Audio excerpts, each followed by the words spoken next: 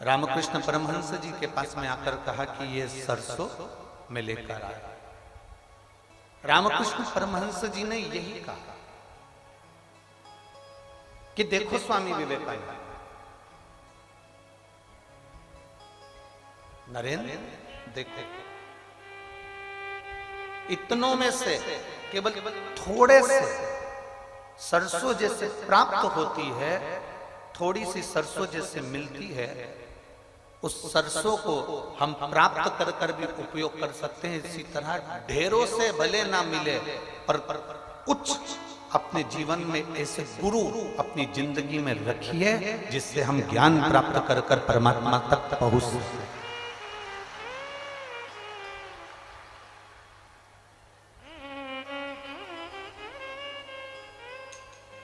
उन्हीं पूज्य गुरुओं में गीता मनीषी परम पूज्य ज्ञानानंद जी महाराज जी कि हम ऐसे गुरुओं की शरण में रहें जिससे हमारी जीवन की एक आनंदता हमें परमात्मा के चरणारविंद तक लेकर चली।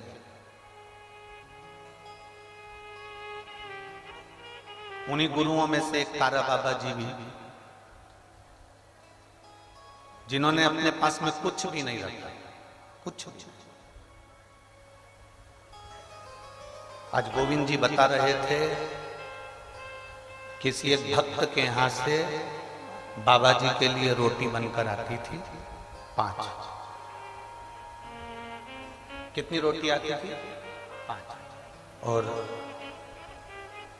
उसमें से भी कोई भक्त आ जाता था तो उसको वो रोटी निकाल कर दे देते थे, और सब्जी जो आती थी वो सब्जी और रोटी दूसरे को देकर एक रोटी अपने पास में रख लेते थे। उस रोटी को पानी में डुबो कर खा लेते थे और शिव नाम की भक्ति में बैठे रहते थे। एक गुरु है, एक सत्य।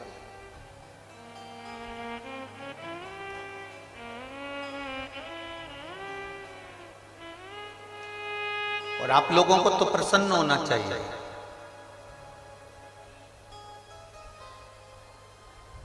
हरियाणा की पवित्र भूमि कुरुक्षेत्र, और कुरुक्षेत्र की पवित्र भूमि पर निवास करते थे मुदगल ऋषि।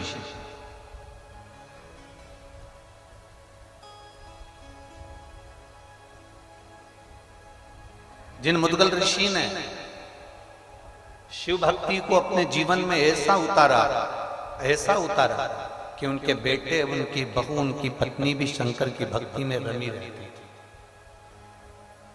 और उनका नियम बड़ा भारी था। जैसे तारा बाबा जी का नियम था कि जो मिल गया उसके हिस्से कर कर एक अंश, एक रोटी पाले। उसी तरह मुदगल ऋषि का भी एक क्रम था। 15 दिन तक खेतों में से अन्न को बीनना, गिरे हुए दानों को उठाना खेत में से और उसको लेकर आकर फिर उसका सत्तू बनाना, और बनाने के बाद उसके हिस्से कर देना 3। एक हिस्सा खुद के परिवार का रखना, एक हिस्सा ऋषि संत साधु का रख देना, और एक हिस्सा अतिथि का रख देना, पशु पक्षी जीव का रख देना। ये मुदगल ऋषि का एक नियम था।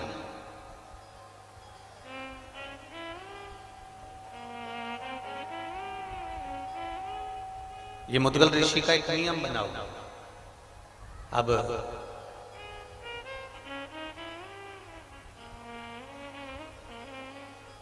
15-15 दिन में जो इकट्ठा होता था उसको 3-3 दिन में थोड़ा सा भोजन करते थे। 3 दिन का नियम था, 3 दिन में ही केवल अन्न का भाग ग्रहण करते थे मुदगल बाबा। 3 दिन। एक बार कुरुक्षेत्र की पवित्र भूमि पर अकाल पड़ गया और आसपास सब दूर सूखा पड़ गया, कोई अन्न का दाना नहीं मिला। कई महीने निकल गए, ना स्वयं को कोई अन्न का दाना मिलता है, ना उनकी धर्म पत्नी को कोई अन्न का दाना मिलता है, ना बेटे को मिलता है, ना बहू को मिलता है, कुछ नहीं। आज तारा बाबा जी की जो कथा, जो बात श्री गोविंद जी ने कही कि 5 रोटी में से 1 रोटी जो थी बस वो ग्रहण करना, बाकी के एक अतिथि के लिए, एक ऋषिवर गुरुवर कोई आया, साधु सन्यासी तपस्वी साधक उपासक, उसको दे, एक जीव के लिए।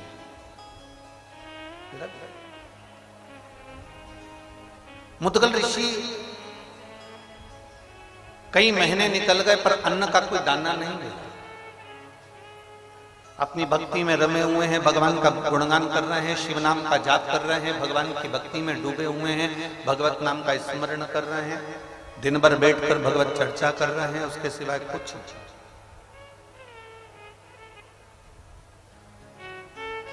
पिता शंकर का जाप करेगा ना तो चल जाएगा, पत्नी पति के पीछे चलती है, इसलिए पति को जाप करता हुआ देखेगी ना तो शंकर की भक्ति में डूब जाएगी, चल जाएगा।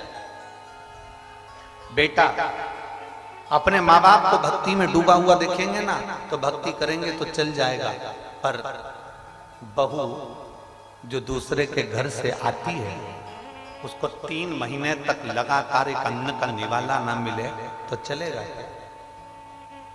जम के तो बोलो, चलेगा?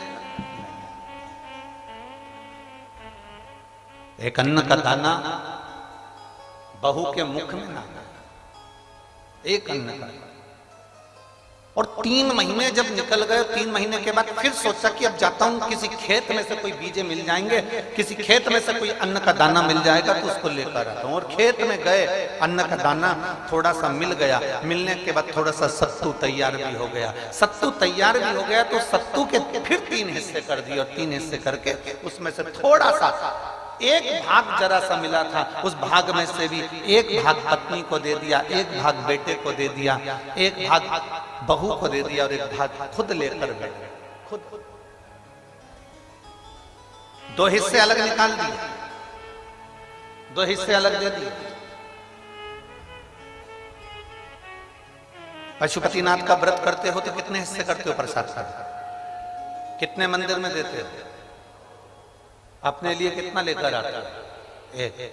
अब तुम अपने लिए तो 1 लेकर आए हो, पर उसमें पशुपति व्रत में तो ये वर्णन है कि वो हिस्सा भी तुम्हारे को किसी को देना नहीं है। पर मुद्गल बाबा जो व्रत कर रहे हैं, मुद्गल बाबा जो व्रत धारण करे हैं, मुद्गल बाबा, मुद्गल ऋषि जो व्रत धारण करे हैं, उसमें से 2 हिस्से एक अतिथि के लिए, एक ऋषिवर के लिए, साधु के लिए, सन्यासी के लिए, जीव के लिए, जलचर, थलचर, वायुचर के लिए रख दिया। एक हिस्सा मुद्गल ऋषि ने अपने पास में रखा, और इस हिस्से में से भी एक भाग पत्नी को, एक भाग अपने बेटे को, एक भाग अपनी बहू को दे दिया। और इतना इतना सा सत्तू का भाग लेकर बैठे ही थे, और हाथ में जल लिया ही था, और प्रसाद पाने ही वाले थे।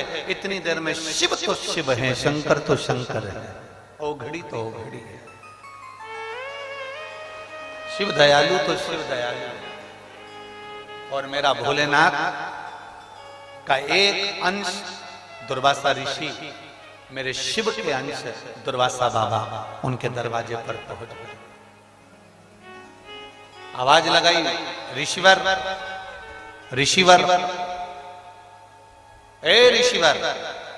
मुद्गल ऋषि के कानों में शब्द गया, आसन को छोड़ा, प्रसाद को छोड़ा, बाहर गया। कौन आया?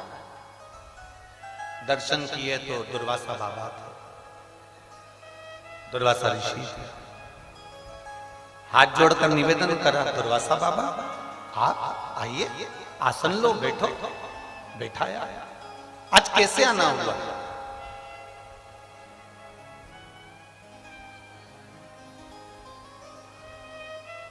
बहुत तेज भूख लग रही है, दुर्वासा ऋषि ने कहा, और पेट भरा नहीं है, भूख लग रही है, जल्दी से मुझे भोजन दे दो।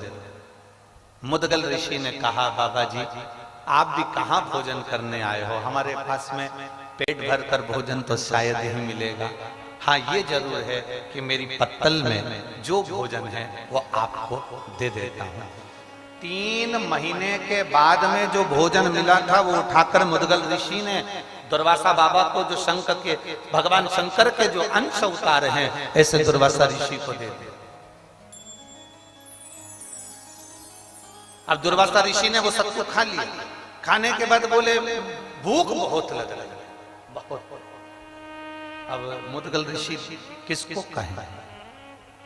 पत्नी ने सुन लिया, और धर्म पत्नी तो धर्म पत्नी होती है। आज के जमाने की होती तो इतनी देर में निपटा जाता।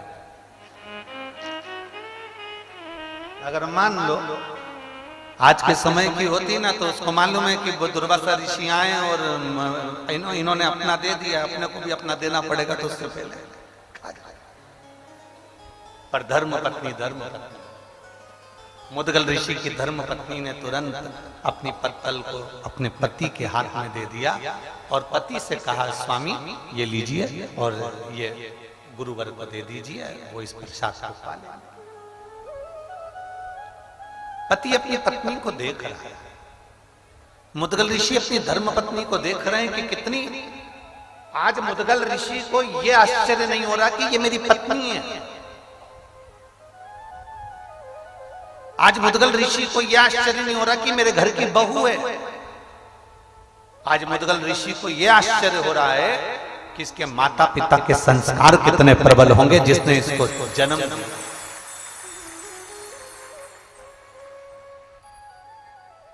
ये माता पिता के संस्कार कितने प्रबल होंगे जिसने इसको जन्म दिया और जिसने इसको ज्ञान दिया, इतना प्रबल ज्ञान जो देकर भेजे हैं। और पत्नी ने तुरंत पत्तल को दिया। मुदगल बाबा ने वो पत्तल ले जाकर दुर्वासा ऋषि को दी।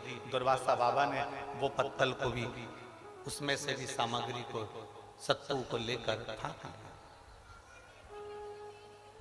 अब दुर्वासा जी ने जैसे ही सत्तू को फांका, सत्तू को खाया, खाते से दुर्वासा ऋषि फिर बोले, अरे मुदगल ऋषिवर पेट नहीं भर रहा, बहुत भूख लग रही है, बहुत, कुछ करो व्यवस्था। मुदगल बाबा ने तो कुछ नहीं बोला, पर बेटा देख रहा था। जब पिताजी ने अपना भोजन दे दिया, मां ने अपना भोजन दे दिया, तो बेटे ने भी कहा, पिताजी आप चिंता मत करो, ये पत्तल लीजिए और दुर्वासा बाबा को दे दीजिए। बेटे ने पत्तल दे दी, दुर्वासा ऋषि के पास में पहुंचे। दुर्वासा ऋषि उसको भी खा गए, उसको भी पा गए। और दुर्वासा ऋषि ने जैसे प्रसाद पाया, पाने के बाद में अब फिर दुर्वासा ऋषि ने कहा, बहुत भूख लगी,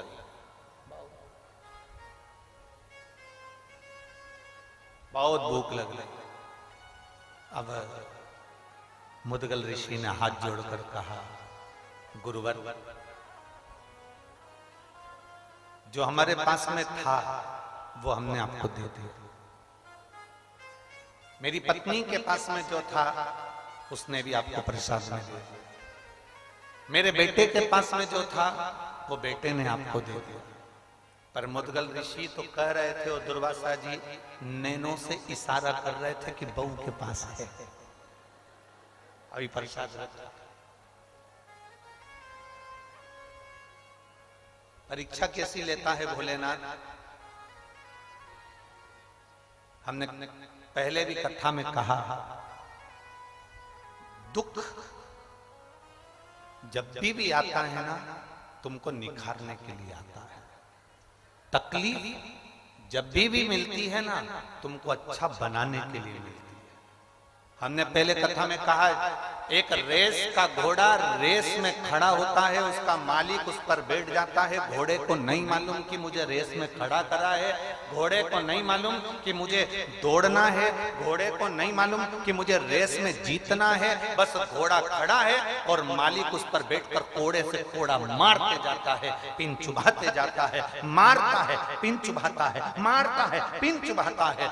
घोड़े को बहुत तकलीफ होती है और इतनी तकलीफ घोड़े को होती है कि घोड़ा भागता है, इतना भागता है। दुनिया ताली बजाती है इसलिए कि घोड़ा आगे निकल रहा है, पर घोड़े से पूछा जाए कि तू भाग क्यों रहा है, तो घोड़े को समझ में आता है कि मुझे कष्ट इतना मिल रहा है कि मुझे दौड़ना पड़ रहा है। वो कष्ट के कारण वो दौड़, वो कष्ट इतना दौड़ा, इतना दौड़ा, इतना दौड़ा कि आखिरी में वो घोड़ा पहले नंबर पर आ गया, रेस में जीत गया। दुनिया ने सोचा कि रेस घोड़ा जीता है, पर घोड़े से पूछो वो रेस नहीं जीता है। घोड़े को तो जो मार पड़ रही थी, जो कष्ट मिल रहा था, जो तकलीफ आ रही थी, घोड़ा उस तकलीफ को झेलकर दौड़ रहा था, अपने कष्ट के कारण दौड़ रहा था। इतना दौड़ा कि आगे निकल गया और रेस में जीत गया। उसी तरह मेरा भोले बाबा जब तुम्हें दुख देता है, तकलीफ देता है, कष्ट देता है, तो समझ लेना तुम रेस के घोड़े हो और तुम्हें आगे निकालना है, इसलिए दुख दे रहा। तुम रेस के घोड़े हो, तुम्हें आगे निकालना है, इसलिए वो कष्ट दे रहा है। तुम रेस के घोड़े हो, तुम्हें आगे ले जाना है, इसलिए वो तकलीफ दे रहा है। तुम रेस के घोड़े हो, तुम्हें दुनिया से अग्रण्य लेकर जाना है, इसलिए वो तुम्हें कष्ट प्रदान कर रहा है। उसमें हमें दुखी नहीं होना, उसमें हमें कष्ट नहीं लेना। मुदगल ऋषि ने सोच लिया कि ये भोलेनाथ जी जो आए हैं, दुर्वासा ऋषि जो आए हैं, ये साधारण नहीं है। आज जो कष्ट मिल रहा है ना, पहले तो अपने भीतर एक बात उतार लो। ऋषि का दर्शन, गुरु का दर्शन, संत का दर्शन, साधु का दर्शन, तपस्वी का दर्शन, साधक का दर्शन, किसी भगवान के भक्त का दर्शन, नदी, तालाब, बावड़ी, कुआं, कोई समाधि, कोई मंदिर, कोई देवालय, कोई शिवालय का दर्शन यदि होता है अपनी जिंदगी में, तो ये अंदाजा लगा कर रखना कि हमारे पूर्व के कोई पुण्य बहुत ज्यादा प्रबल हो गए होंगे, जो आज हमें संतों का दर्शन हो जाए। साधु जन, गुरुजन, तपस्वी जन, साधक जन जो हमको मिल रहे हैं, जो उनका दर्शन हम कर रहे हैं, कोई हमारे पूर्व का पुण्य बहुत प्रबल हुआ होगा, हमारे पुण्य का प्रबलता बनी होगी, तो हमको दर्शन का फल मिला। एक बच्चा गुल्लक भरता है, भरते जाता, जब उसको गिफ्ट की जरूरत पड़ती है तब तोड़।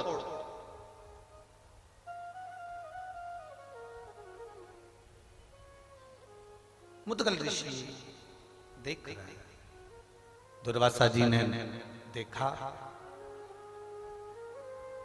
भूख लगी है ऋषिवर, भूख लगी है। अब मुदगल ऋषि बोले कि प्रभु जो हमारे पास में था दे दिया, अब हम क्या, भूख लगी।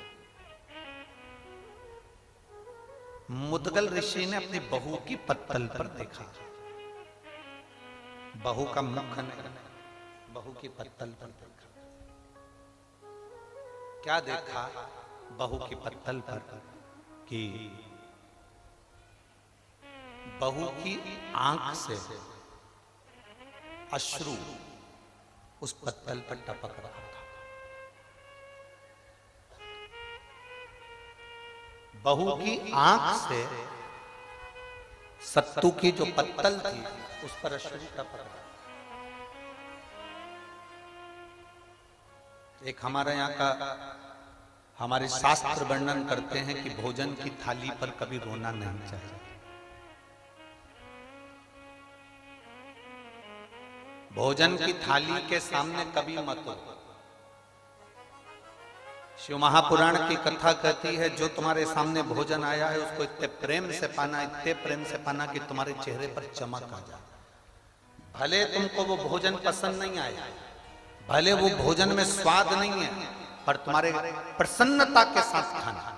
क्योंकि जिस प्रसाद को हम पाते हैं, जिस भोजन को हम करते हैं, उस समय पर हम जैसे अपने मन में अनुभव करते हैं, भोजन पहुंचने के बाद हमारी इंद्रियों को उसी तरह का बल प्रदान करता है। इसलिए कभी भी भोजन करते समय आंसू बहाते समय भोजन ना करें, रोते रोते भोजन ना करें, क्रोध करते करते भोजन ना करें।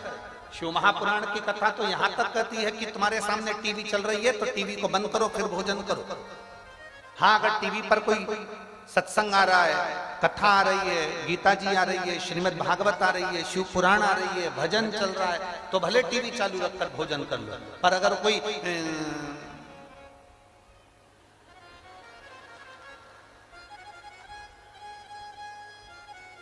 भाभी जी घर पर है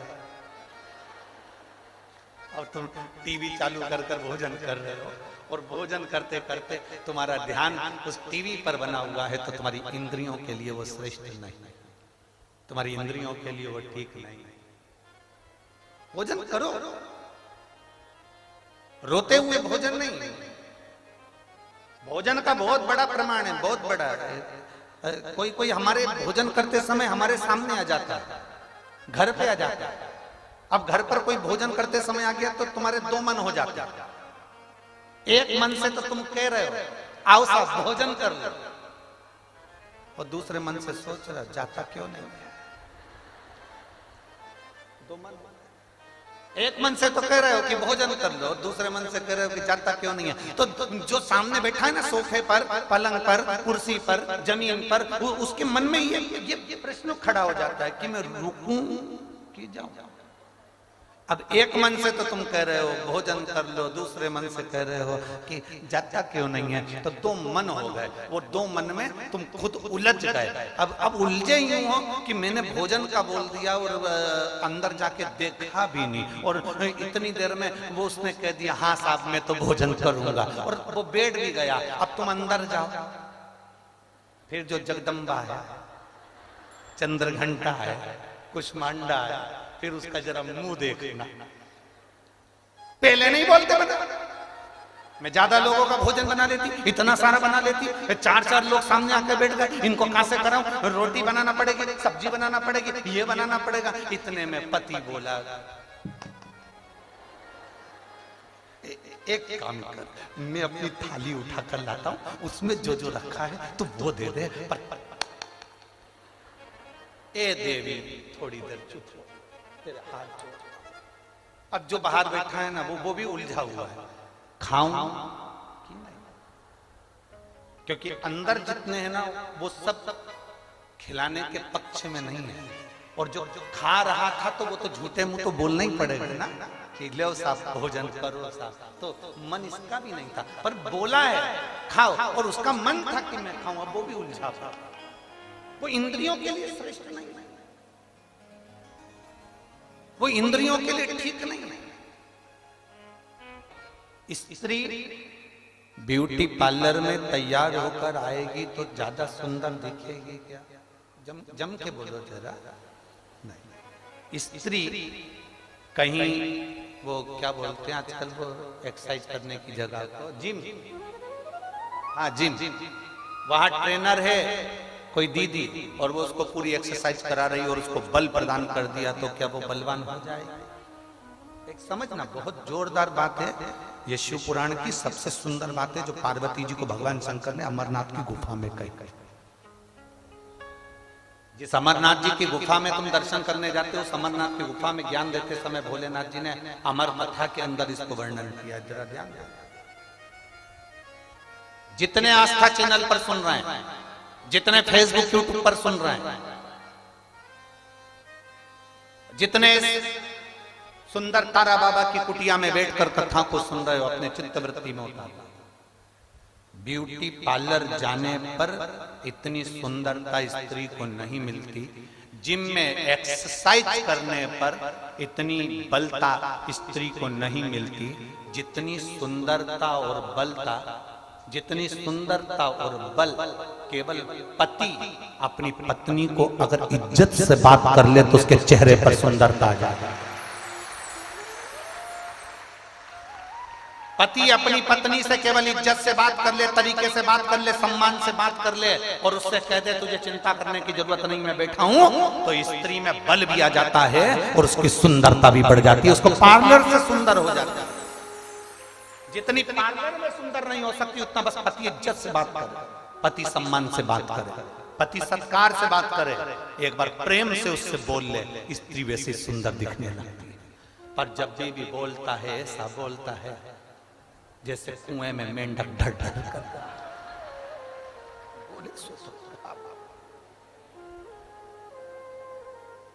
एक छोटा सा पत्र किसी ने भेजा है, उस पत्र में कल के पर्चे में था, उस पत्र में उसने लिखा गुरुजी तुम उदाहरण बहुत बेकार देते हो, कभी तुम मेंढक बोल देते हो, कभी तुम मछली बोल देते हो, कभी छुपकली बोल देते हो, उदाहरण तो अच्छे।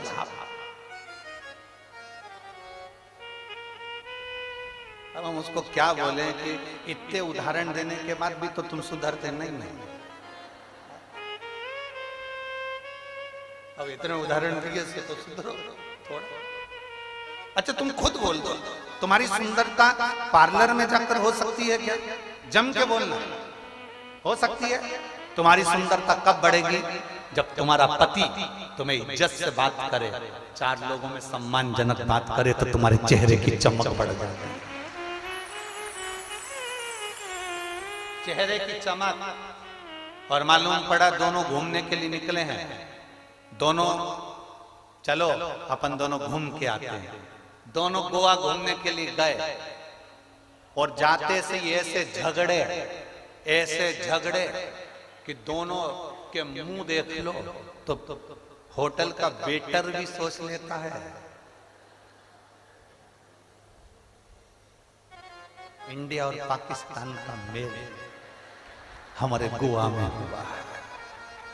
चेहरे से पहचान जाता है, चेहरे से।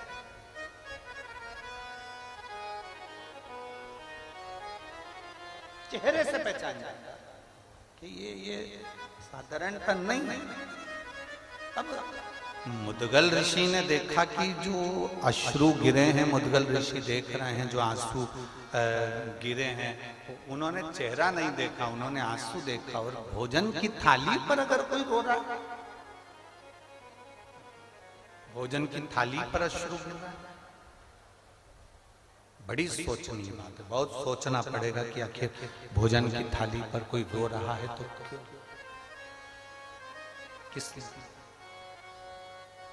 किस कारण अश्रु। और जब भोजन की थाली पर अश्रु देखे, जब भोजन की थाली पर आंसू देखे, तब उस बहू के रोने का कारण केवल आंसू से पहचान गए मुदगल ऋषि की बहू की आंख में से जो आंसू गिरा है। इतने साल मेरी बहू को आए हुए हो गए, 3 दिन में एक बार इसको भोजन मिलता था तो इसके मुख से आवाज नहीं आई, इसके मुख से आवाज नहीं आई। 3 महीने में भोजन मिला तो इसके मुख से आवाज नहीं आई। भूखी रही तो इसके मुख से आवाज नहीं आई। पर आज भोजन की थाली में अगर ये रो रही है तो इसका कारण क्या है?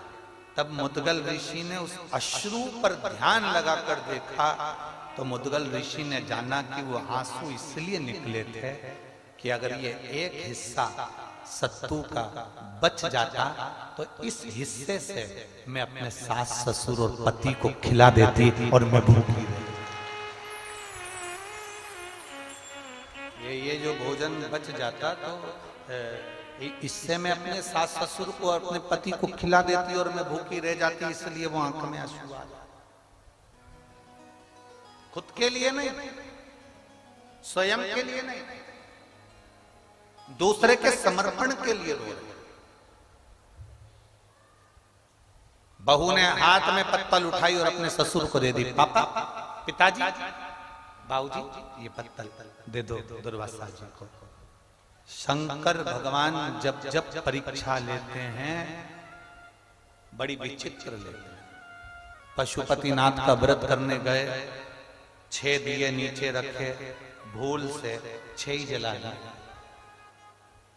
पशुपतिनाथ का व्रत करने गए, मालूम पड़ा घर में माचिस छूट गई और मंदिर में माचिस मांग कर अपने दिए को जला रहे हो, व्रत नहीं लग सकता, व्रत नहीं लग सकता। शिव महापुराण में पशुपतिनाथ के व्रत में तो यहां तक लिखा है कि अगर बेटी मायके में पशुपतिनाथ का व्रत कर रही है तो ससुराल में जिस घर में उसको दिया गया है, कन्यादान हुआ है, उस घर के अन्न से या उस घर के धन से पशुपतिनाथ का व्रत करे। मायके के अन्न और धन से पशुपति व्रत भी नहीं होगा। आप किसी के यहाँ रिश्तेदार में गए हो, शिव महापुराण की कथा में पशुपतिनाथ के व्रत का विधान बताया कि आप किसी के घर में गए हो और आपका पशुपति व्रत है, तो शिव पुराण की कथा कहती है शादी में गए, फंक्शन में गए, कहीं कार्यक्रम में गए, आप उस व्रत को मत करो, छोड़ दो, अगले व्रत को करना। पर किसी के यहाँ के अन्न से, किसी के यहाँ के सामान से पशुपति व्रत नहीं करता। कितना सुंदर बात आज लोगों के समझ में आई है। क्या पहले तुम शंकर जी को मंदिर में जल नहीं चढ़ाते थे? बोलो जम के बोलो जरा, चढ़ाते थे कि नहीं चढ़ाते थे? जम के बोलो जरा, चढ़ाते थे। शिवरात्रि या सोमवार को शंकर के मंदिर जाते थे कि नहीं जाते थे? जाते थे। जल चढ़ाते थे, चढ़ाते थे। अब तुम जल चढ़ाते थे, मंदिर जाते थे, पूजन करते थे, आराधना करते थे, सब कुछ करते थे, फिर भोले बाबा क्यों नहीं सुनता था? और जब से तुमने शिव महापुराण की कथा सुनना चालू करी, एक लोटा जल चढ़ाते हो और भोलेनाथ जी तुम्हारी सुन लेता है। उसका कारण क्या है? कारण क्या है?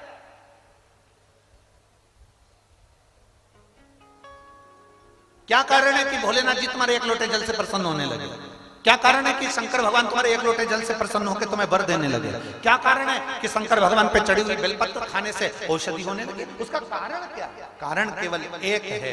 अभी तक तुम जो जल चढ़ाते थे, मंदिर का लोटा उठाकर मंदिर का ही पानी भरकर शंकर जी को चढ़ा देते थे। अब अपना लोटा, अपना पानी अपने घर से लेकर जाते हो, अपना समर्पित करते हो, तो बाबा भी तुमको खूब प्रदान करते।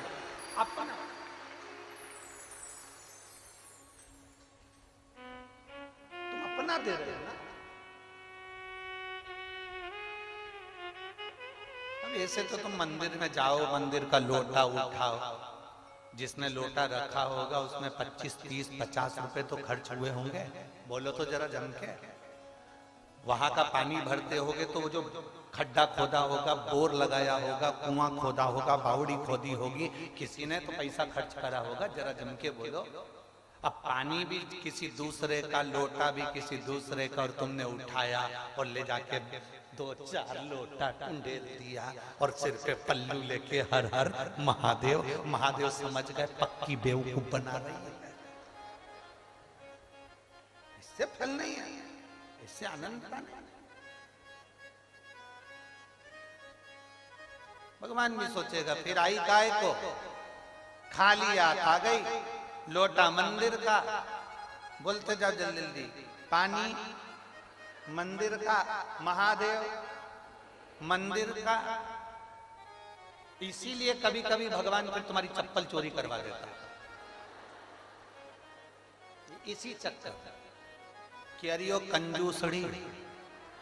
भगवान भी कहता है कि अब जा, और जो मंदिर के बाहर गई उर्रा, फिर आवाज लगा, ताऊ ताऊ बोले क्या, चप्पल कहां गई? तो ताऊ बोला मैं तेरा के नौकर, चप्पल देखूं तेरी, तू ढूंढ, नहीं मिली। 3 दिन तक डिप्रेशन में चली, अब नहीं जाऊंगा।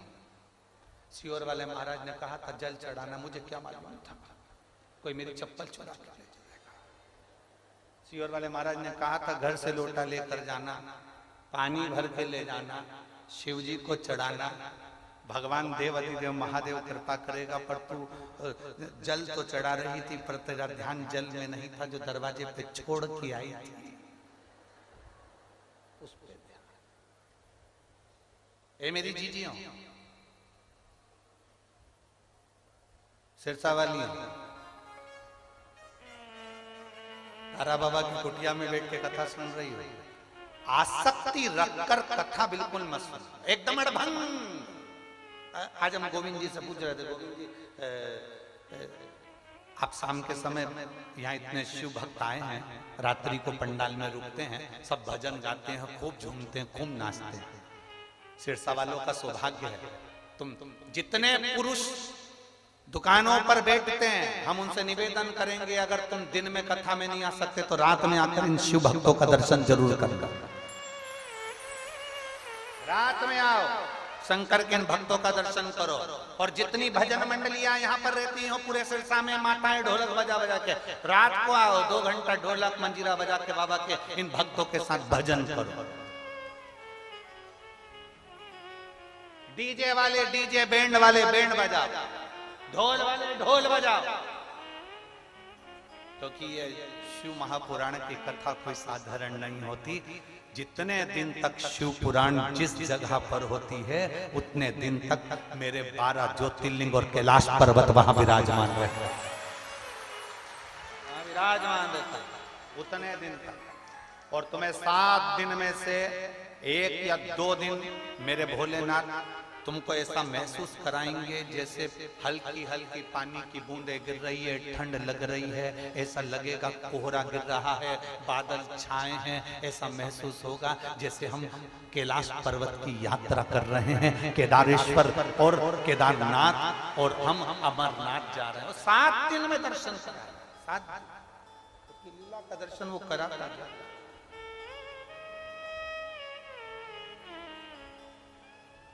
पूरे 7 दिन में 1 दिन वो अपनी लीला का दर्शन जरूर कराता। वो उसने अपनी भक्ति देना सीखी है और प्रदान करता है, कभी ना सकता। शिव सुनते हैं, आपका अपना पानी का लोटा हो, अपना हाथ में अपन जल लेकर जा रहे हैं, सारी समस्या का हल बोल बम का नारा है। हम जब बाबा के दरवाजे जा रहे हैं तो वो सुनेगा, उसको पुकार, वो आए। जब हम उसको पुकारते हैं हमारे करीब में वो आता है, जब हम उसको बुलाते हैं हमारे नजदीक में वो पहुंचता है। पुकार, पशुपति व्रत करो, मना नहीं, दूसरे के धन से नहीं, दूसरे के वैभव से नहीं। और एक बात आज हम यहां से जरूर कहें,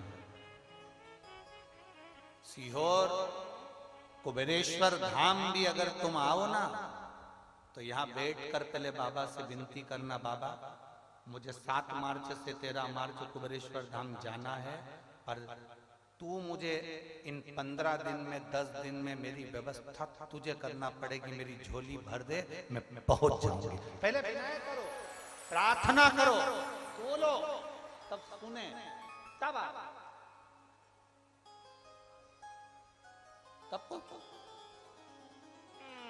अब विनय तो करो, अब बोलो तो।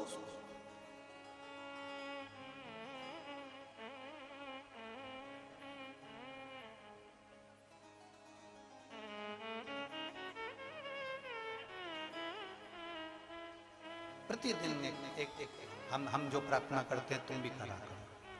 मालूम है प्रार्थना हम जो बोलते हैं भोलेनाथ जी से, यहाँ आने से पहले हम शंकर जी से बस केवल 2 बात बोल कर आते हैं। बाबा, याद है आपको, स्त्री की गोद और पुरुष जेब कभी खाली मत रखना। इतनी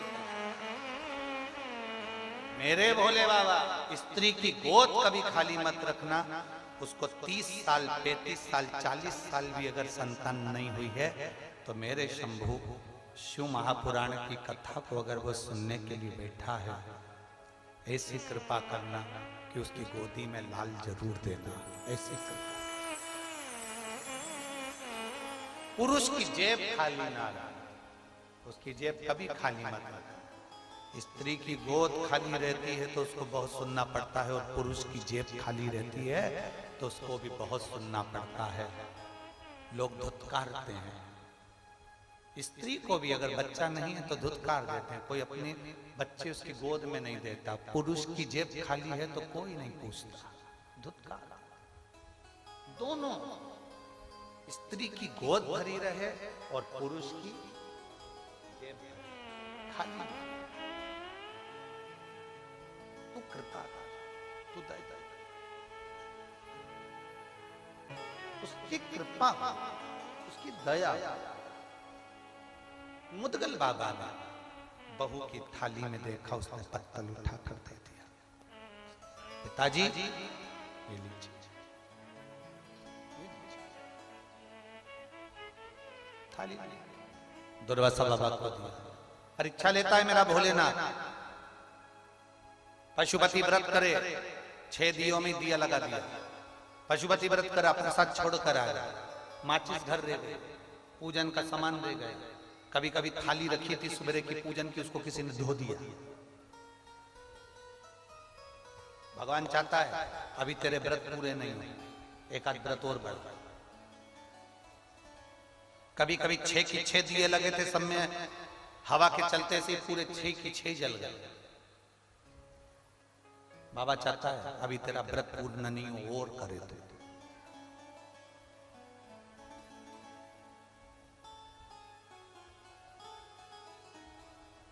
इतनी जल्दी पूर्णता नहीं। अब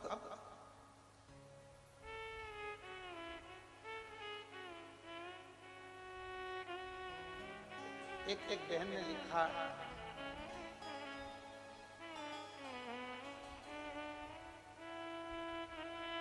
मेरा नाम मीनाक्षी सोनी है, हम अक्षयगढ़ राजस्थान से हैं।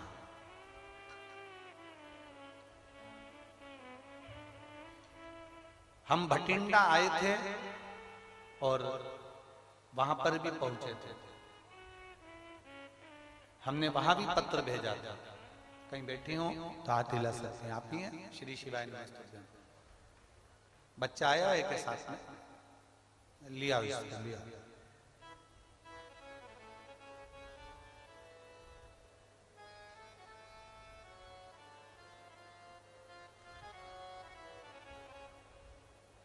गुरुदेव, बेटी तो थी हमारी, पर हमारे घर में पुत्र की प्राप्ति नहीं थी। आए दिन लोग ताना देते थे, अपशब्द कहते थे। कथा सुनकर हमने शिव मंदिर जाना चालू करा, शंकर जी को जल चढ़ाना प्रारंभ करा, तो लोग कहते थे क्या भोलेनाथ पुत्र दे देगा क्या? तेरे भाग्य में पुत्र है ही नहीं। हमने पहला पशुपति व्रत करा, सफल नहीं हुआ। दूसरा पशुपति व्रत करा, सफल नहीं हुआ। तब हमने पशुपति व्रत छोड़े नहीं, बाबा से हमने रुककर फिर पशुपति व्रत करा, और बाबा की कृपा से मेरे घर में पुत्र रत्न की प्राप्ति हुई। मैं बाबा को प्रणाम करने।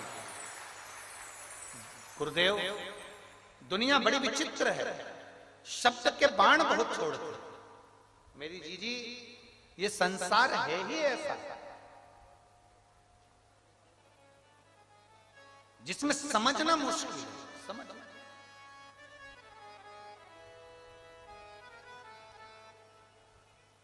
अभी कहा था, घोड़े को जो कोड़े पड़ रहे हैं उसके जीतने के लिए, घोड़े को जो पिंच बोया जा रहा है वो उसको जीतने के लिए।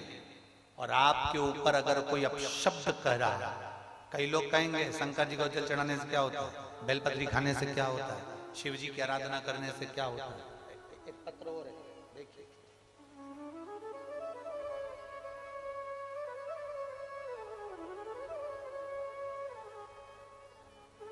मेरा नाम बंसल गोस्वामी है, मेरी उम्र 25 वर्ष है। मैं फतेहाबाद जिला गांव जाड़वाला बांगड़ की रहने वाली हूँ। कहीं बैठी हो तो हाथ हिला सकते हैं। मेरा नाम बंसल गोस्वामी है। आप ही? श्री शिवाय नमस्ते। मेरा नाम बंसल गोस्वामी है, मेरी उम्र 25 वर्ष है। मैं फतेहाबाद जिला गांव जाड़वाला बांगड़ की रहने वाली हूँ। 2020 में मेरा लीवर डैमेज हो गया, इन्फेक्शन हुआ। इन्फेक्शन के बाद में जांच हुई तो मेरे लीवर ने काम करना बंद कर दिया। उसका असर किडनी पर भी पड़ना चालू हो गया और लीवर पूरी तरह से डैमेज हो गया। लीवर ने काम करना बंद कर दिया। डॉक्टरों के हिसाब से हम दिल्ली लेकर गए और वहां पर जांच कराई। डॉक्टर ने कह दिया इसका लीवर काम नहीं कर रहा है, अन्न की इसको एलर्जी है, ये गेहूं जिंदगी भर नहीं खा सकता। तब हम वहां से वापस लौट कर आ गए, दवाइयां लेकर आ गए। डॉक्टर कहते हैं कि तुम्हें जिंदगी भर गेहूं नहीं खाना है, तुम्हारा लीवर काम नहीं कर रहा है, लीवर पूरा डैमेज हो चुका है। हम वहां से वापस आ गए पर हमारा मन नहीं माना, अब करें तो करें। तब एक किसी के कहने पर हमने शंकर जी के मंदिर में जाना प्रारंभ करा और शिव जी को जल चढ़ाना प्रारंभ करा। शंकर जी को जल चढ़ाते उसका आचमन करते, शिव जी को जल चढ़ाकर आचमन करते। समय गुजरता गया, मार्च 2021 आ गया। गुरुदेव, मार्च 2021 में हमने पहला पशुपति व्रत करा और हम पहली बार सीहोर पहुंच गए। सीहोर में जाकर वहां से रुद्राक्ष लाए, कंकर शंकर लाए, उसकी आराधना करने लगे। उस रुद्राक्ष को तांबे के कलश में गला लेते, शिव जी को चढ़ा देते और उसका पानी हमने पीना प्रारंभ करा। बाबा का मैं क्या गुणगान करूं गुरुदेव। जुलाई का महीना आ गया, हम मार्च में गए थे और जुलाई के महीने में हमने फिर चेकअप करवाया उसी जगह पर, उसी दिल्ली के हॉस्पिटल में, और डॉक्टर भी आश्चर्य में पड़ गया कि आपका लीवर और किडनी दोनों काम करना प्रारंभ कर दिए हैं। ये शिव तत्व, आइए बेलपत्र, ये शिव तत्व है। शंकर गुरुदेव, मेरा मोबाइल नंबर ये है। मेरे शिव की बड़ी कृपा है, हम तो हार चुके थे पर देवादिदेव महादेव ने हमको बचा लिया। शिव तत्व है, शंभु ओघड़ी है शंकर। कल आज हमारे गोविंद जी बता रहे थे, पत्र उन्होंने भेजा था।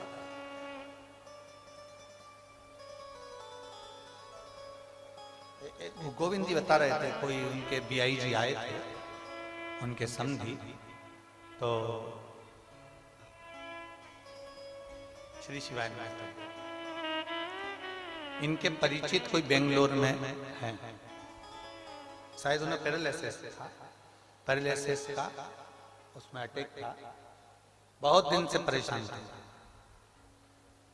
बता रहे थे कि कल तारा बाबा की कुटिया से जो कथा चल रही है, उस कथा को उन्होंने पहली बार श्रवण करा उनकी माता ने, और पहली बार श्रवण कर कर वो व्हील चेयर से खड़ी हुई और उनके मन में बल और विश्वास प्रकट हुआ और उनका शरीर ठीक हुआ। बहुत शिव तत्व।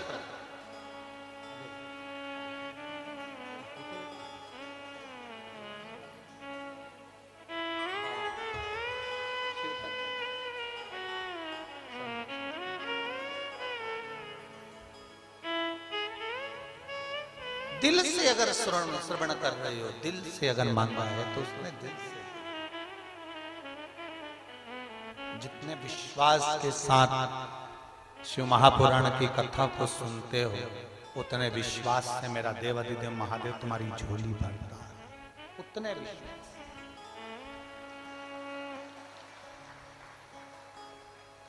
बस पहचान लो, थोड़ा परीक्षा लेगा।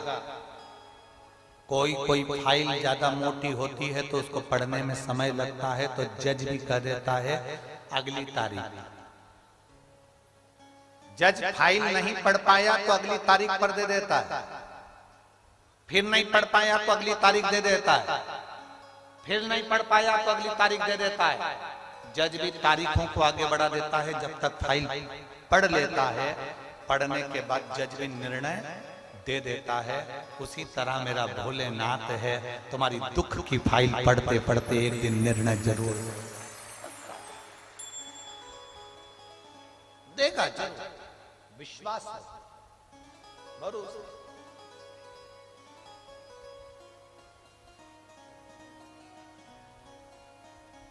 विश्वास नहीं टूटना चाहिए। कितने लोग हैं जो शंकर जी को रोज जल चढ़ाते हैं? हाथ उठा, सभी हो, रख लो, रख काफी दर्द। जाना चाहिए प्रतिदिन अपने घर से निकलकर हाथ में जल का पात्र लेकर अपने बच्चों से भी कहो कि एक लोटा जल चढ़ा। अपने घर के बहु बच्चों को भी बोलो, पति को भी बोलो, एक लोटा जल चढ़ा।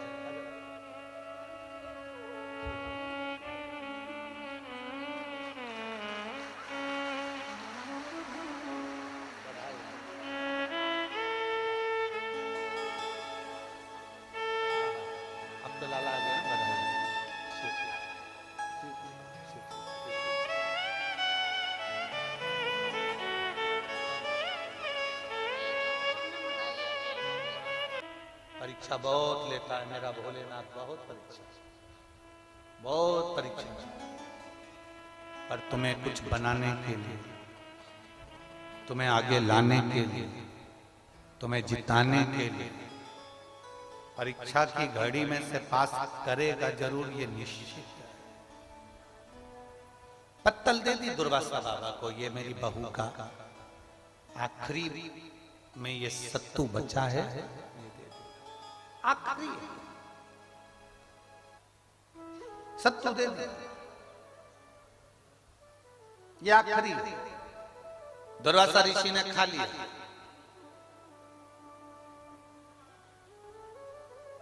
मुदगल ऋषि ने बहू का चेहरा नहीं देखा था, पर दुर्वासा जी ने बहू का चेहरा देखा। शिव पुराण कहती है, अतिथि आए ना, सबसे पहली मुस्कुराहट घर में किसी को ना हो, पर बहू के चेहरे पर होना चाहिए। और बहुत दूर की बात है सियोर वाले महाराज, बहुत दूर की बात। अतिथि आए, मेहमान आए, बहन बेटी आए, रिश्तेदार आए, संत आए, साधु आए, गुरुजन आए, घर में कोई अतिथि कोई आ गया, सबसे पहली मुस्कुराहट घर की बहुओं के चेहरे पर होना चाहिए। घर की बहुओं के चेहरे पर मुस्कुराहट होना चाहिए। चेहरा मुस्कुराना चाहिए। आज हमारे घर में अतिथि आया, आज हमारे घर में कोई आया, मुस्कुराई, प्रसन्न। पर दिक्कत है, सबके चेहरे पर मुस्कुराहट हो सकती है। नी बोलूं तो अच्छा, मेरा पाला तुमसे ही पड़ना है, बहुत। कईयों को लगता है कि अब आ गए तो काम फैल गया, काम बढ़ गया, भोजन बनाना पड़ेगा, इनके बच्चों का इतना फैलाएंगे, घर में कचरा ही कचरा कर जाएंगे, सब दूर फैला जाएंगे, सब दूर काम ही काम दिखेगा। अब सुबह जल्दी उठना पड़ेगा, इनकी चाय बनाओ, नाश्ता बनाओ, भोजन बनाओ, ये करो वो करो। कौन आता है, कौन बुलाता है, महज भ्रम है, करता सब तारा बाबा है। ये हमारे कर रहे, महज भ्रम है। कौन कर रहा है, कौन करा रहा है? तुम कर रहे हो, तुम करा रहे हो।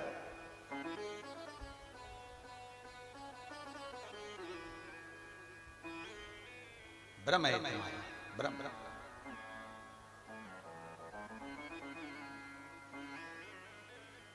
प्रसन्न होना चाहिए बहू। चेहरा मुदगल ऋषि ने नहीं देखा, चेहरा दुर्वासा जी ने देखा। तो चेहरा देखकर दुर्वासा ऋषि ने वर दे दिया। केवल चेहरा देखा बहू पर वर दे दिया। पत्नी के चेहरा देखकर वर नहीं दिया, मुदगल ऋषि का चेहरा देखकर दुर्वासा जी ने वर नहीं दिया, बेटे का चेहरा देखकर वर नहीं दिया, बहू का चेहरा देखकर वर दिया।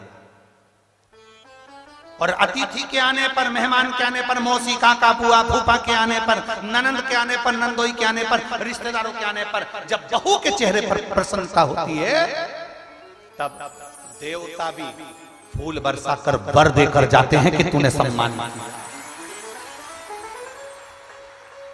बहू के चेहरे पर प्रसन्नता होना चाहिए। भाई तो मिले गए, सास तो मिलेगी, ससुर तो मिले गए, पर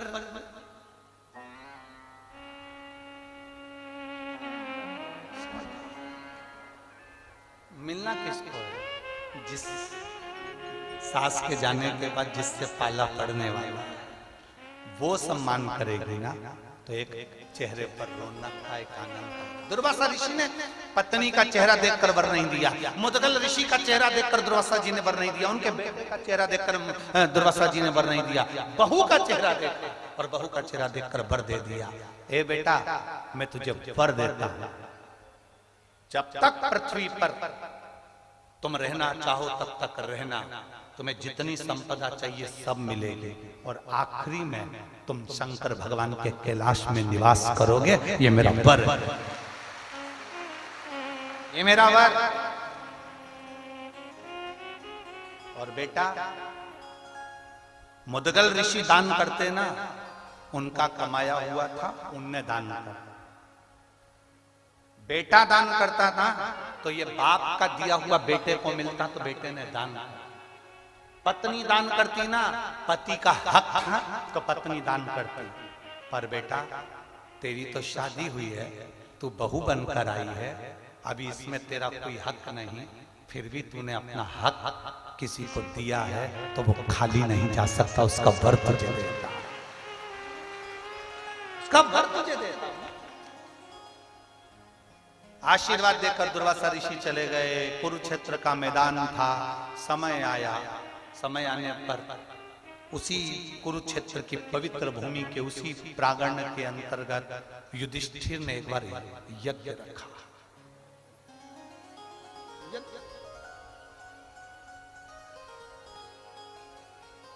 एक नेवला, एक नेवला अपने जंगल में से निकल कर आया, दुर्वासा ऋषि की कुटिया में चले गया। दुर्वासा ऋषि की कुटिया में जहां गए थे वहां पर जो दुर्वासा जी ने सत्तू खाया था, बहू ने जो सत्तू दिया था, उस सत्तू को उठाने में और खाने में 2-4 कण जो नीचे गिर गए थे, उस कण को उस नेवले ने खा लिया। खाते से ही उसका आधा शरीर सोने का हो गया। नेवले के समझ में नहीं आया कि मेरा शरीर आधा सोने का कैसे। किसी ऋषि के पास में नेवला पहुंच गया और ऋषिवर के पास में जाकर नेवले ने प्रार्थना करी, मेरा आधा शरीर मुदगल ऋषि के घर में पड़े हुए सत्तू के 2 कण खाए थे और मेरा शरीर आधा सोने का हो गया। समझ में नहीं आ रहा, मेरा पूरा शरीर सोने का होना था, ये शरीर क्यों रह गया। तो ऋषि ने कहा, तुमने मुदगल ऋषि के यहां से जो दान किया गया था वो दान इतना पवित्र था, उस पवित्र दान का अन्न तुमने पाया था, इसलिए तुम्हारा शरीर सोने का हो गया। अगर 2-4 कण और खाते तो तुम्हें उस पुण्य के कारण तुम्हारा पूरा शरीर सोने का हो जाता। अब मेरा आधा शरीर सोने का कब बनेगा। तो कोई पुण्यवान व्यक्ति अपने पुण्य दे रहा होगा तो सोने का हो जाएगा। युधिष्ठिर के यहाँ यज्ञ चल रहा था, नेवला वहां पहुंच गया। नेवले ने सोचा यहाँ यज्ञ हो रहा है, मैं लोट लगा लेता हूँ। लोट लगाया पर सोने का नहीं। युधिष्ठिर के यहाँ गया, उसने जो भोजन बनाया था उसको नेवले ने खाया पर सोने का नहीं। आखिरी में नेवला बहुत ठाके लगाकर हंस दिया मनुष्य की भाषा में। युधिष्ठिर को बुरा लग गया। युधिष्ठिर ने कहा, नेवले हमारे घर में आकर यज्ञ में लोट लगाकर हमारा खाकर तू हमारे ऊपर हंस रहा है, कारण क्या। नेवले ने कहा, तुम इतनी डोंडी पीट पीट कर कह रहे हो मैंने यज्ञ कराया, मैंने यज्ञ कराया, मैंने यज्ञ कराया, मैंने भंडारा कराया। अरे युधिष्ठिर, ऐसा यज्ञ कभी सफल नहीं हो सकता जिसमें तुमने जोड़ दिया कि मैंने कराया। अगर तुम बोलते कि कृष्ण ने कराया है, भगवान ने कराया है, तो सफलता मिलती, तो सफलता मिलती। गोपाल जी हमको बहुत अच्छा लगा यहाँ। एक चीज अच्छी लगी है गोपाल जी, आप विधायक हो इसलिए हम आपके मुंह पर हम ये बात नहीं कर रहे हैं, इसको सहजता में ना लीजिएगा। हम वैसे भी बोलते ही हम किसी का वर्णन नहीं करते, शिव का वर्णन इतना। पर एक बात अच्छी लगी वो हम कहना चाहेंगे। गोपाल जी, आपके मुख से, गोविंद जी के मुख से, चाहे आपके बच्चों के मुख से, हमें शाम को वो बेटा आपका दर्शन करा रहा था तारा बाबा की कुटिया का, और सब दर्शन आपके बच्चों के मुख से और आपके मुख से इस कथा के लिए एक बार भी ये नहीं निकला, भंडारे के लिए कभी ये नहीं निकला कि हम करा रहे हैं या मैं करा रहा हूं। जब भी हमने पूछा तो आपने एक ही शब्द कहा, तारा बाबा करा रहे हैं। ये शब्द बड़ा सुंदर।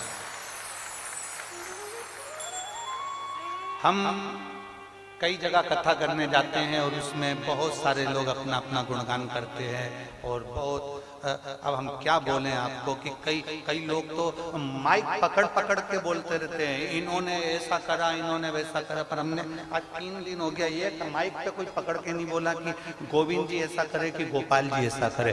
जो भी बोला वो एक ही बात बोला कि तारा बाबा ने ऐसा करा है। ये अच्छा है।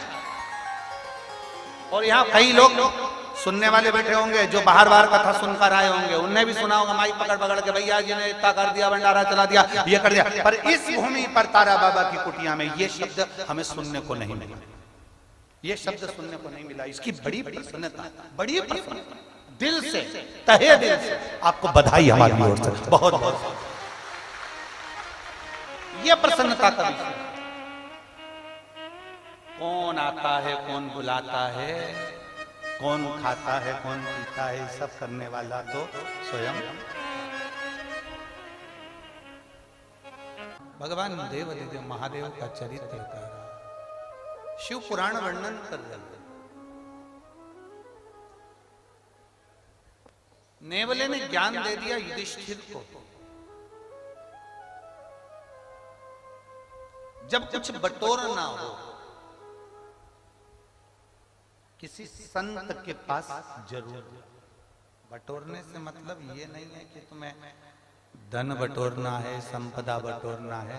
संत साधु गुरु का आशीर्वाद भी बटोरा जाता है।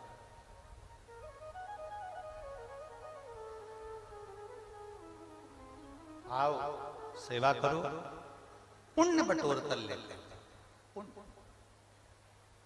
अच्छा देते हैं। कल कथा में एक बात कही थी विश्वनाथ मुनि की, जिनकी धर्म पत्नी और विश्वनाथ मुनि एक बेलपत्री का दान जरूर करते हैं।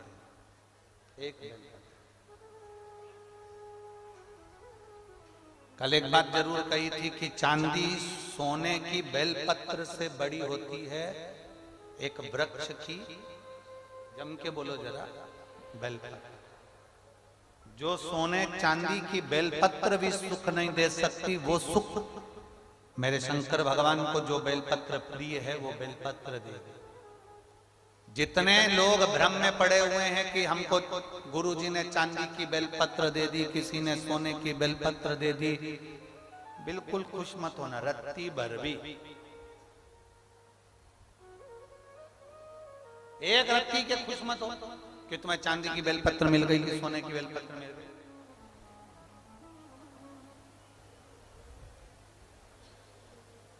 भगवान से प्रार्थना करना, जब जब मैं शिवालय जाऊं, कुबेरेश्वर धाम जाऊं, तारा बाबा की कुटिया में जाऊं, तो इतना जरूर हो कि मुझे एक बेलपत्र भगवान शिव की कृपा से जरूर मिले, प्राप्त। क्योंकि वो चांदी और सोने की वो कीमत का, भले वो चांदी की 500 रुपए की होगी, 1000 रुपए की होगी, सोने की 25-50 हजार रुपए की होगी। पर चांदी की बेलपत्र खा सकते हो क्या? नहीं खा जा। सोने की बेलपत्र खा सकते हो? नहीं। केवल एक बेलपत्र जो भगवान शंकर पर चढ़ी, औषधि का कार्य करी और हमारे शरीर से हमारे रोगों को, हमारी तकलीफों को, हमारे दुख को दूर करे, वो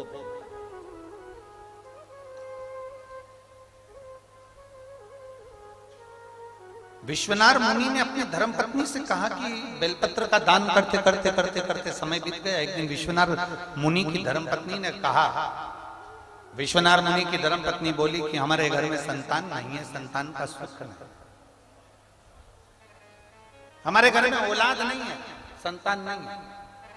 शास्त्र कहता है विश्वनाथ मुनि के यहाँ शादी के कई वर्ष निकल चुके थे, कई वर्ष, पर औलाद का सुख नहीं।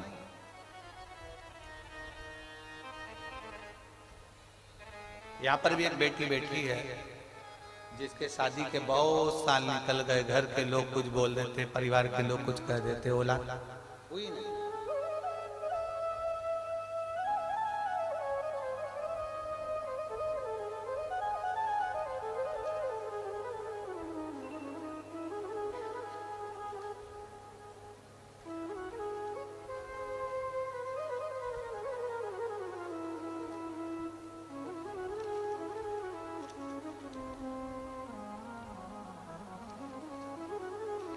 श्री गोपाल जी को, गोविंद जी को साधुवाद धन्यवाद देते हूँ जिन्होंने हमारी मन की तमन्ना को पूरा कर दिया, आपको बुलाकर शिव पुराण कथा करवा।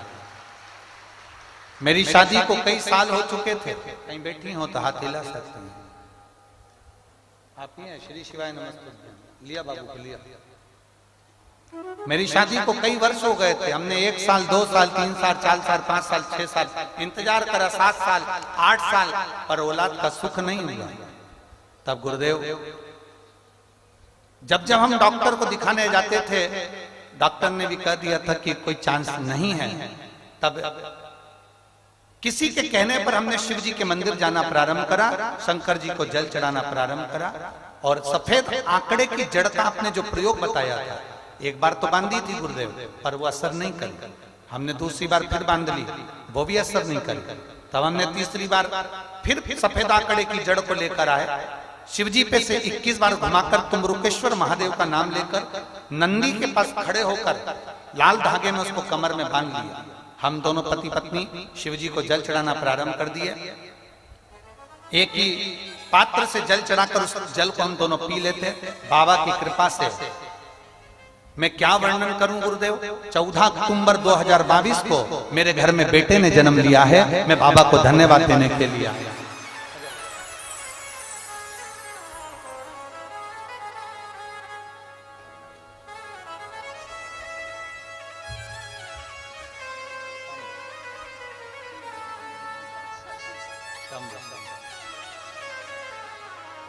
प्रणाम करो। ले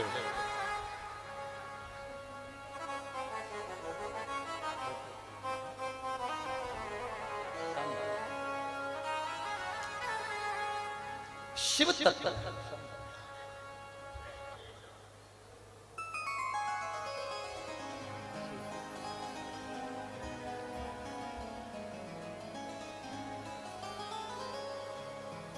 उस ओघड़ी का भरोसा, उस शंभू का विश्वास। उसने लिखा, गोविंद जी, गोपाल जी, आपको बहुत बहुत धन्यवाद। पत्र में, और एक पत्र नहीं है आपके लिए, वास्तव में आपने बहुत भागवत जी कराई है, राम कथा कराई है, आप पुण्यवान हैं, ये शिव कृपा है।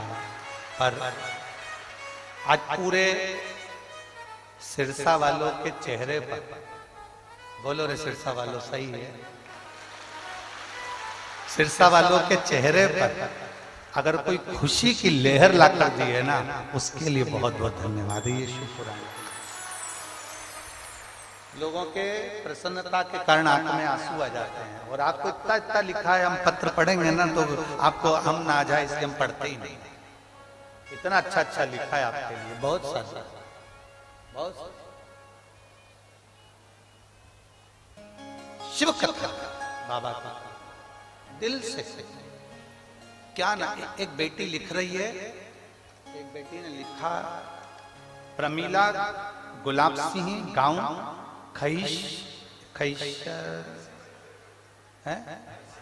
खैसरगढ़, ठीक है, तुम लोग समझ गए ना, बस बाकी का जान। खैसरगढ़ सिरसा की निवासी। कहीं बैठी है, कहीं बैठी हो तो हाथ हिला सकती है। प्रमीला गुलाब सिंह 10 साल से सरकारी नौकरी की तैयारी कर रही थी गुरुदेव, पर लगी नहीं, हार गई। मेरी बेटी है 13 साल की, वो कहती है, मम्मी वो सियोर वाला महाराज चिल्ला चिल्ला कर कहता है शंकर जी को एक लोटा जल चढ़ा, तुम क्यों नहीं जाती हो? तो मैं कहती हूं 10 साल नहीं हुआ तो सियोर वाला क्या करेगा।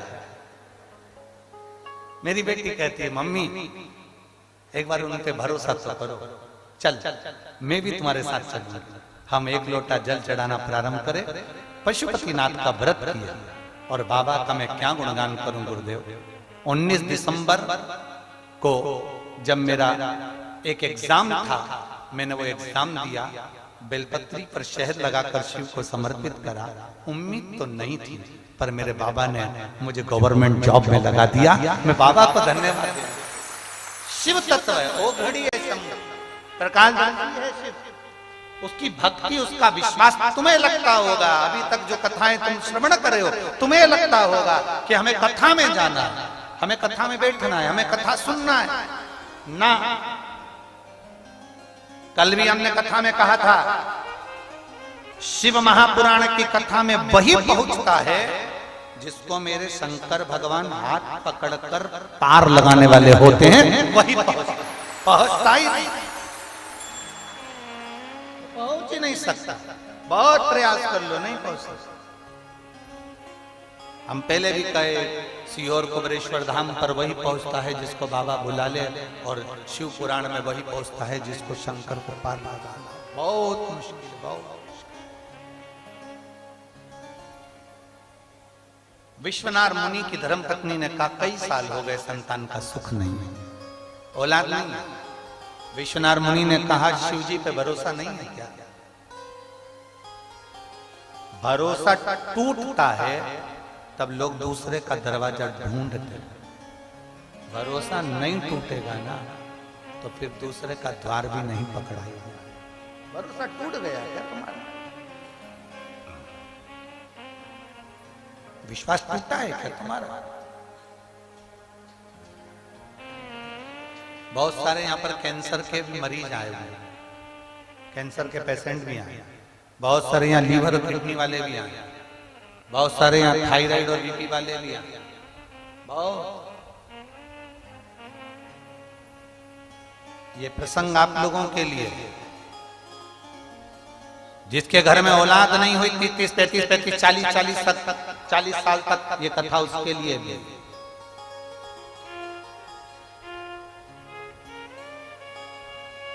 कहा विश्वनाथ मुनि ने कहा कि तुम्हारा भरोसा नहीं है शंकर पर है, पर संतान का सुख नहीं। चलो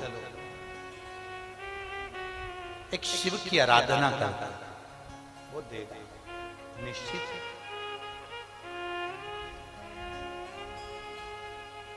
सप्त नदियों का पवित्र जल, मेरी जीजियों 35 साल भी हो गए ना औलाद को, नहीं है ना घबरा। 40 साल भी हो गए ना औलाद को, ना घबरा।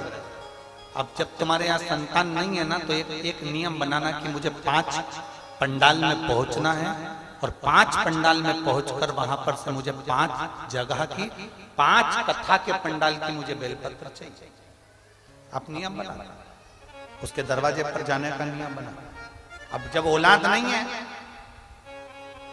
तो एक प्रयास तुम भी करो, अपने पति से कहकर मुझे कथा में जाना है, 5 पंडाल में बैठकर कथा सुनूंगी। कोई वीआईपी ट्रीटमेंट नहीं, जमीन पर पंडाल में जहां जगह मिलेगी वहां सोऊंगी, जो भिक्षा देकर चले गया वो पालूंगी, और जैसी व्यवस्था होगी उसमें रहकर मुझे 7 दिन 5 दिन की कथा सुनना। 5 पंडाल।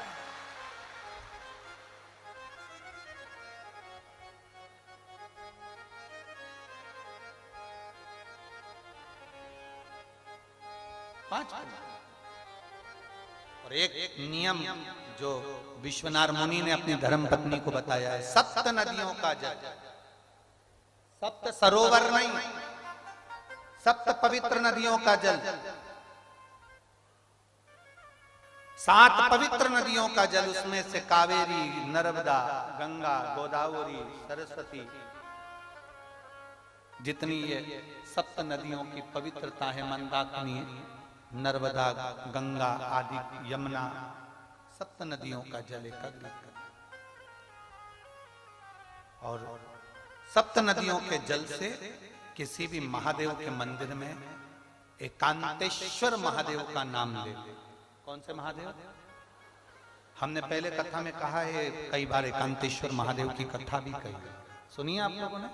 एकांतेश्वर महादेव का हमने वर्णन किया है। जिस दिन तुम्हें लगे कि मेरा ये काम होना चाहिए, उस दिन एकांतेश्वर महादेव के पास जाकर बैठ।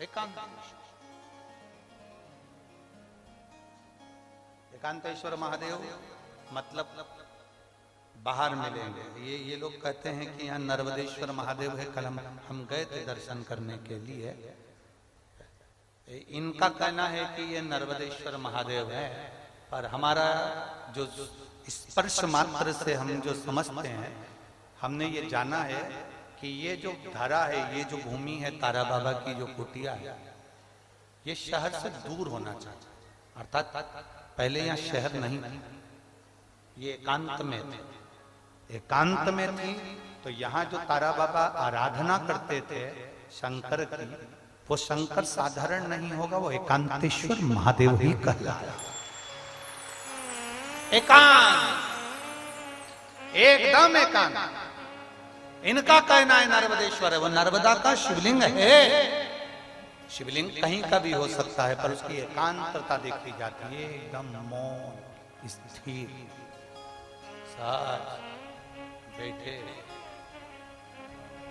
जहां केवल शिव के सिवा कुछ भी नहीं, शंकर के सिवा कुछ। जो आया वो गुफा के चक्कर में घुस गया, जिसको शंकर से मिलना था वो डायरेक्ट पहुंच गया, उसे गुफा से मतलब ही नहीं रहा, उसे तो एकांतेश्वर से मतलब था, पहुंचा।